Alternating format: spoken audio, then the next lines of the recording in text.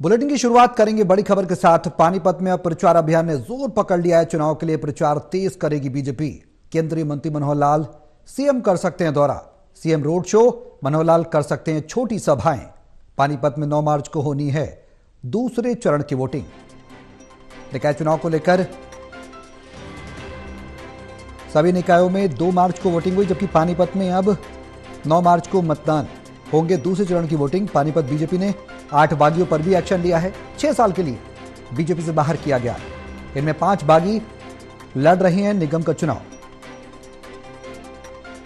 अब बीजेपी को यह भी डर है कि पानीपत में कहीं जो बागी हैं वो कोई समीकरण पार्टी के लिए न खड़े कर दें, विपरीत समीकरण न खड़े कर दें, कोई चुनौती न खड़ी कर दें।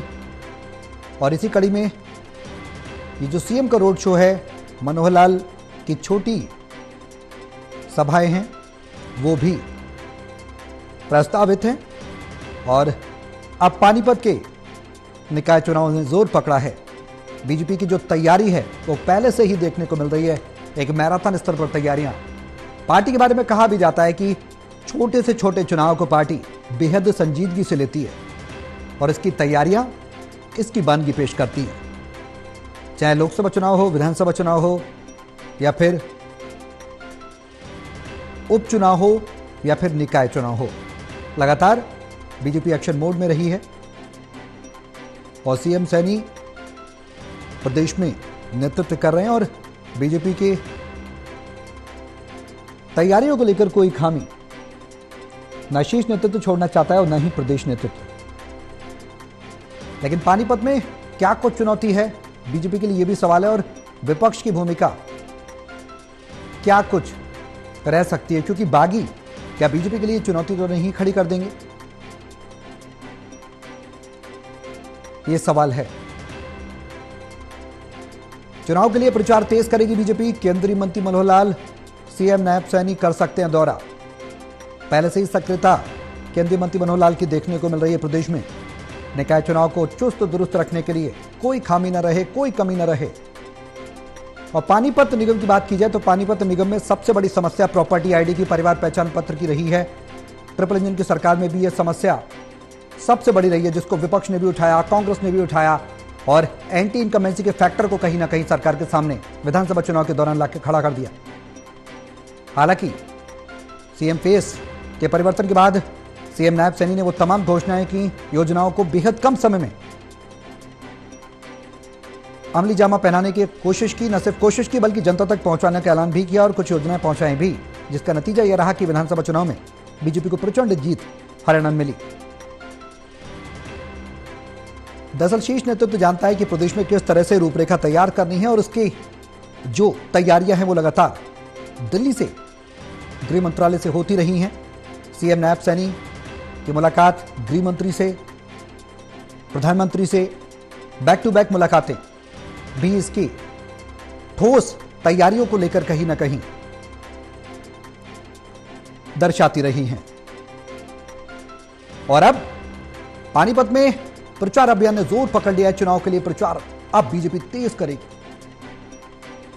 पानीपत से टोटल टीवी के एसोसिएट एडिटर देवेंद्र कथुरिया हमारे साथ है लाइव, सीधे उनका रुख करेंगे ज्यादा जानकारी के लिए। देवेंद्र, पानीपत को लेकर अब क्या कुछ है? पानीपत में कई सवाल और उन सवालों के बीच अब किस तरीके का समाधान निकालने की पार्टी कोशिश करेगी, क्योंकि चुनौतियां सबसे बड़ी पानीपत में ही हैं। घोटाले की बात की जाए, प्रॉपर्टी आईडी के चुनौतियों की बात की जाए, परिवार पहचान पत्र की समस्याओं की बात की जाए, तमाम ऐसे मुद्दे जिनको विपक्ष ने विधानसभा चुनाव के दरमियान भी उठाया था जोर शोर के साथ। अब पानीपत की बारी, कितनी पार्टी की तैयारी? देखिए सौरभ, बाकी जगह हरियाणा में 32 जगह पे कल चुनाव हो चुके हैं। सिर्फ पानीपत रहता था क्योंकि पानीपत में वार्ड बंदी के काम में देरी हुई और फिर फाइनल वोटर लिस्ट को अंतिम रूप देने में वो भी देरी हुई। इस वजह से पानीपत को 1 हफ्ता पीछे चुनाव के लिए योजना बनाई गई। तो अब 9 मार्च को चुनाव है। चूंकि पानीपत में बीजेपी का अच्छा प्रदर्शन रहा है नगर निगम चुनाव में, पिछली बार तो 24 जीते थे, 26 में से 2 कांग्रेस के थे, वो भी मिल गए थे। 26 का 26 पूरा सदन बीजेपी का था, पार्षदों का। और मेयर भी 75,000 वोटों से जीती थी, एक बड़े रिकॉर्ड से। तो पूरा सदन था। लेकिन 5 साल का जो कार्यकाल है, विकास तो हुआ है, लेकिन विकास को लेकर जिस तरह का विकास हुआ है, बहुत सारी आक्रोश मिला लोगों में, भ्रष्टाचार का शोर, प्रॉपर्टी आईडी, हाउस टैक्स ने बहुत रुलाया लोगों को, बहुत रुलाया 2 साल तक। अब जाकर कुछ स्थिति सुधरी है, लेकिन अभी भी थोड़ी बहुत दिक्कत है। लेकिन जो नागरिक सुविधाएं होती है, सेक्टर्स हुड्डा के कई जो HSVP हरियाणा शहरी विकास प्राधिकरण के कुछ सेक्टर्स भी नगर निगम के अंडर हैं, लेकिन उनमें सीवर की बहुत समस्या है। सीवर में बारिश आ जाए तो गंदा पानी सड़कों पे खड़ा रहता है। 5-5 करोड़ की कोठियों में लोग रहते हैं, लेकिन घर के बाहर सीवर का पानी है, उसकी निकासी नहीं है।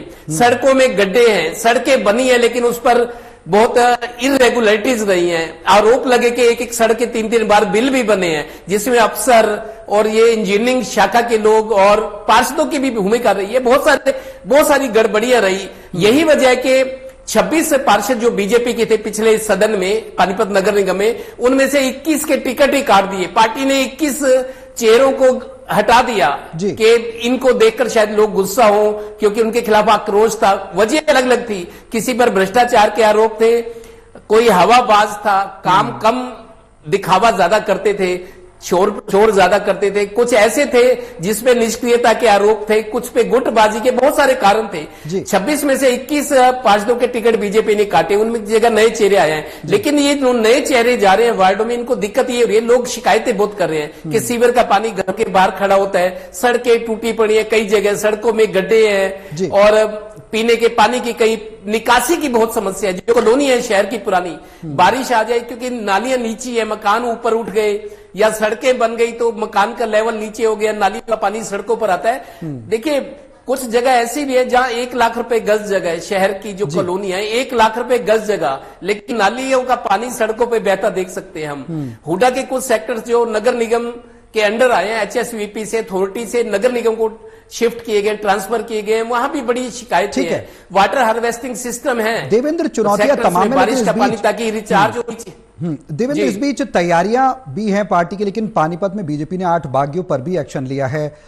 उन बागियों पर जो एक्शन लिया गया है पार्टी के लिए किस तरह से फायदेमंद साबित होगा? क्या विपरीत परिस्थितियां बनाएंगी? क्योंकि 6 साल के लिए निष्कासन हुआ है उनका, 5 बागी चुनाव भी लड़ रहे हैं, उनकी भूमिका को किस तरह से देखा जाए? देखिए सौरभ, 8 बागियों के खिलाफ कार्रवाई हुई है। जब वो मैदान से नहीं हटे तो पार्टी ने उनको 6 साल के लिए पार्टी से निकाल दिया।